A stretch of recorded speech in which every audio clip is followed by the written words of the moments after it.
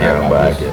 Apalagi dengan tambahan 2 anaknya yang lucu-lucu, buat semuanya tiga-tiganya jadi lucu tuh bukan main.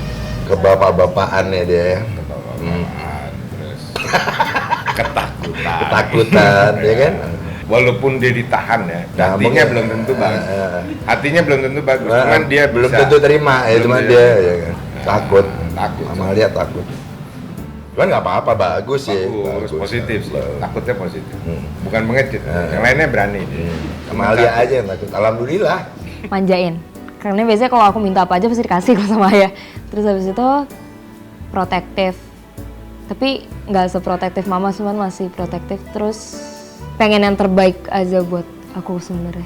Jadi tuh aku kan suka main satu permainan yang tinggal mencet-mencet doang kan itu. Terus habis itu tuh kan ngabisin duit.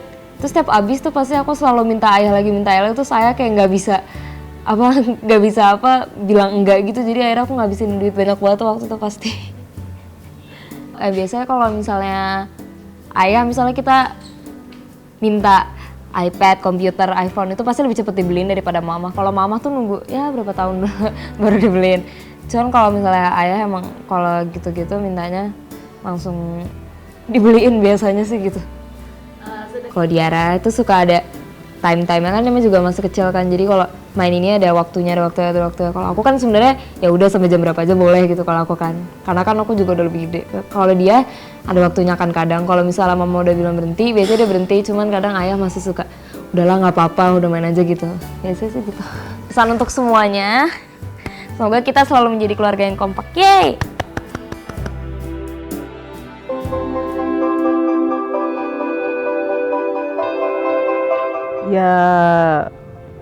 Ya luar biasa lah artinya gitu ya, itu benar-benar sumber kebahagiaan kita gitu. Pasti kalau kita lagi pergi berdua misalkan di mana gitu, yang kita kangenin ya itu ya cuman mereka gitu. Kalau buat kita berdua ya, perbedaan cara mendidik gitu kadang-kadang ada juga gitu. Kalau sebagai bapak-bapak tuh kan dia lebih memanjakan ya, jadi kayaknya tuh yang kejam jadinya gue gitu. Jadi kadang-kadang anak-anak tuh kalau nyari enaknya tuh ya ke ayahnya gitu, udah tahu tuh akhirnya trik-triknya. Nggak bisa tuh, ayah gitu. Gitu tuh anak-anak cewek-ceweknya tuh 3 tuh udah. Ramsi sih udah langsung keok gitu. Apa juga kadang-kadang diluluskan gitu. Dan dia tuh kalau anak sakit tuh bisa yang terus resah setiap saat gitu.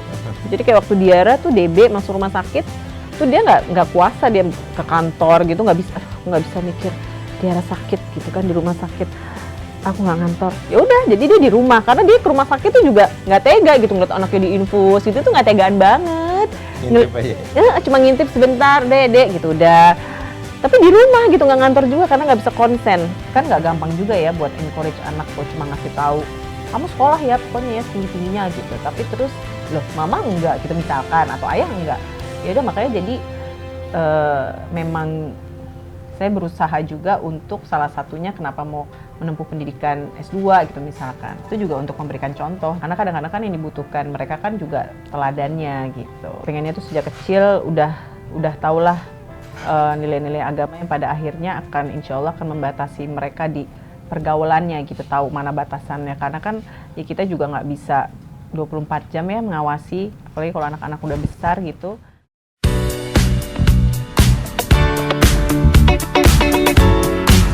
Ya alhamdulillah lah pokoknya sampai 8 tahun ini insya Allah seterusnya kita selalu seperti inilah, insya Allah kita selalu pegang komitmen gitu, dan kita juga happy lah gitu ya dengan yang seperti ini. Kayak standar namanya ya, tapi ya itu terbuka sebenarnya.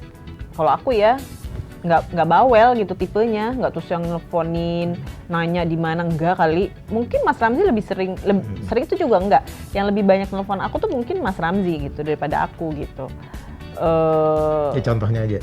Jadi saya nggak pernah nyalain saya selalu silent telepon saya gitu. Cuman saya komit 5 menit 10 menit selalu ingat, saya lihat gitu kan. Jadi dia jarang telepon yang langsung saya terima, kebetulan kalau di mobil atau apa saya lihat gitu ya. Tapi ya karena percaya, karena memang nggak ada apa-apa gitu kan. Emang standar gitu, bukan trik kalau ini gitu. Cuma ya sebenarnya kenapa tetap ke handphone tuh maunya dia tuh di silent gitu. Padahal kadang-kadang tuh kalau Nah, itu emergency tuh susah, nelfon tuh mesti 2 kali, 3 kali gitu. Cuma ya udah. Jadi dia tahu dimanapun saya silent, di rumah dia silent, mau di mana aja. Silent. Emang lagi umroh pun di silent gitu. Jadi emang ya gitu. Paling dia ada kadang-kadang kebiasaan gitu. ya udah capek deh gitu. Paling gue cuma gitu doang. Oh iya. Terus aku punya sesuatu buat kamu. Nggak sesuatu. Ini dulu buat kamu, bunga. Udah. Jarang-jarang loh dia mau nyium gue depan orang. Hampir Udah. jarang. Tapi ada sesuatu lagi. Lo ingat apa enggak? Ya, kalau ini sih nggak mungkin lupa kalau ini dibawa sama dia. Jadi ini apa mau dijelasin? Iya dong. Jadi ini saat pertama saya ketangkep sama dia dulu di kamera ya pakai baju batik ini gitu. Jadi dibilang dia batik bersejarah gitu. Saya sendiri ketawa kalau cuma lihat batik ini, suka ketawa. Jadi pada waktu kita masih belum jadian deh, masih PDKT gitu, terus kita makan gitu loh ke Ming gitu ya. Nah terus di sana tuh ternyata kayaknya ada Aribo baru selesai press conference atau apalah gitu. Jadi kayaknya ada wartawan gitu. Jadi pas kita masuk ke restoran tuh ada kayak melintas gitu wartawan bawa kamera.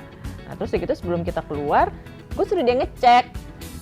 Mas liatin dong keluar masih ada nggak gitu. Terus keluarlah dia gitu kan. Dia kayaknya ngeliat kanan, ngeliat kiri gitu. Enggak kok udah nggak ada, aman gitu. Ya udah, terus gitu begitu kita keluar, tiba-tiba dari belakang gitu, wow gitu. Gue nggak tahu dia ngumpet di mana, atau jangan-jangan sebenarnya dia udah melihat ada wartawan di luar, terus bilangnya nggak ada. Sampai sekarang nggak percaya. Itu kan kata orang-orang. Enggak. Tapi maksudnya kaget setengah mati, orang belum pacaran kan gitu, jadi kayaknya, kegap refleks aja gitu loh, nyung gitu, satu kemana terus panik gitu, kayak bukan sama-sama single gitu loh. Jangan lo nggak single lagi dulu, single.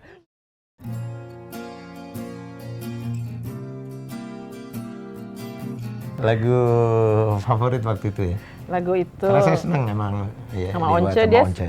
dia seneng banget sama Once Jadi gitu. bagus lah dia itu waktu itu lagi memang lagu baru ya video. Ya, lagu kenangan kita lah waktu itu. Sampai ringtone-nya tuh kalau telepon dari Mas Ramzi tuh aku setelnya tuh Dialova. Jadi teman-temanku tuh kalau baru tahu gue. Masa sih?